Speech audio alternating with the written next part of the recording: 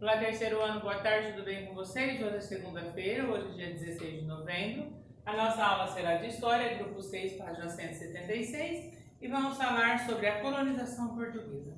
Então já vimos na última aula a chegada dos portugueses no Brasil, já falamos um pouquinho a respeito do encontro, do confronto dos portugueses com os índios, e hoje nós vamos falar sobre a colonização. O Brasil foi colônia de Portugal, do dia 22 de abril de 1500, quando os portugueses chegaram ao Brasil e tomaram posse das terras, até o dia 7 de setembro de 1822, quando D. Pedro I proclamou a independência no Brasil. Então acompanha aí com a tia Rose, vocês estão vendo aí uma figura, é uma obra de Benedito Calixto, ela retrata a fundação da cidade de São Vicente, que existe até hoje, litoral paulista, São Vicente, está ali perto de Santos. O autor pintou a tela em 1900 e baseou-se em documentos históricos deixados na época da colonização. O movimento de colonização do Brasil foi resultado do já desenvolvido processo de expansão marítima realizado pelos portugueses. Então, a tia Rose já explicou na última aula que tanto os portugueses como os espanhóis, eles adentravam em alto mar, especialmente no Oceano Atlântico, à procura de novas terras. Por muitos anos, a conquista de rotas comerciais para o Oriente tornou-se mais interessante para a colônia portuguesa do que a descoberta de terras brasileiras. Também falamos que os portugueses, os europeus e os portugueses iam para as Índias buscar especiarias para comercializar. Então esse comércio era muito interessante, porque as especiarias cravo, canela, noz moscada, gengibre eram vendidos por um alto valor comercial na Europa. Os portugueses não estavam interessados em desenvolver o Brasil apenas em explorar as riquezas para os seus próprios benefícios. Nos primeiros 30 anos, a única atividade realizada foi a extração do pau-brasil nas regiões litorâneas da colônia. Extraíam o pau-brasil, levavam para Portugal, para extrair do pau-brasil tinta para pintar os tecidos. E a madeira, a tinta era a essência, extraída da madeira, eles fabricavam especialmente móveis, Essa exploração acontecia com a colaboração dos indígenas, que cortavam a madeira, armazenavam em barracões chamados feitorias, perto da praia, chegavam os navios, que eram as caravelas, os índios colocavam a madeira num barco, levavam até o navio, enchiam o navio com a madeira e esse navio voltava com destino a Portugal.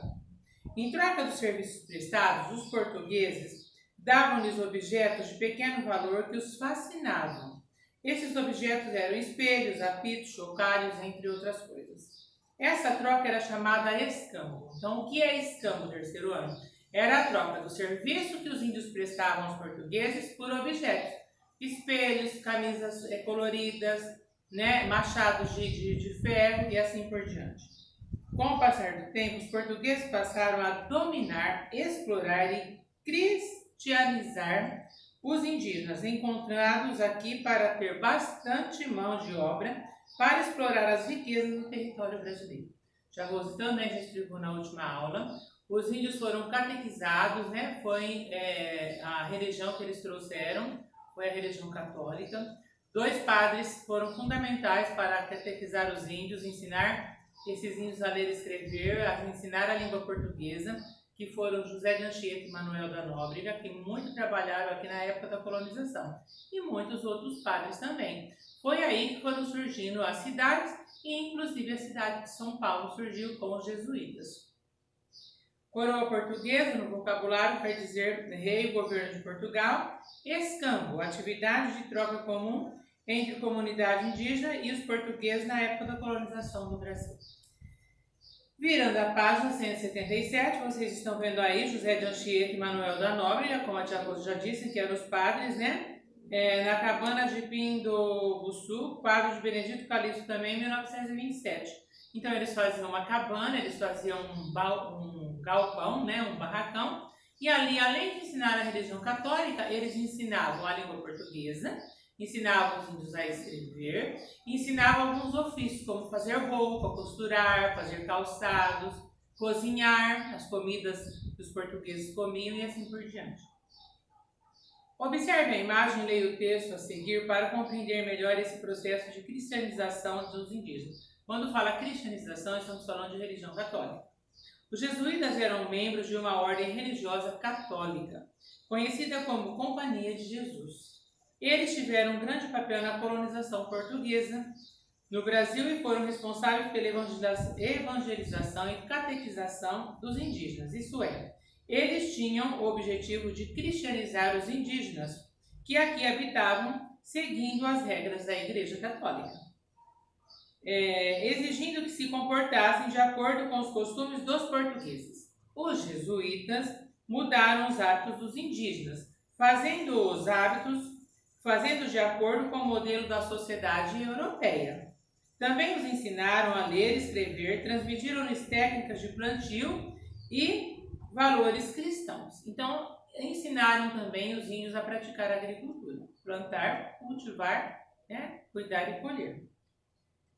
Para que a catequização acontecesse, era preciso que os indígenas aprendessem a língua portuguesa, como a tia Rosa já disse, pois assim conseguiriam ler a Bíblia e seriam mais fácil ensinar a religião católica. O padre mais conhecido pela sua evangelização na época foi José de Anchieta. Os indígenas não foram os únicos que aprenderam com os jesuítas. Os filhos de colonos também aprenderam a ler e a escrever com eles. Nessa época foram criados pela colônia alguns colégios e a educação era muito rígida. Então tinha muitos colonos que vinham de Portugal também para trabalhar aqui no Brasil, ajudar a desbravar as terras, que não sabiam ler e escrever, e os jesuítas ensinavam também os filhos desses colonos. Mais tarde, em razão da experiência com os indígenas, os colonos europeus também começaram a plantar os alimentos que antes eram cultivados apenas pelos indígenas. O que é que eles plantavam? Milho, batata, abóbora, abobrinha, amendoim, tabaco. Tabaco, para quem não sabe, é fumo. Tá?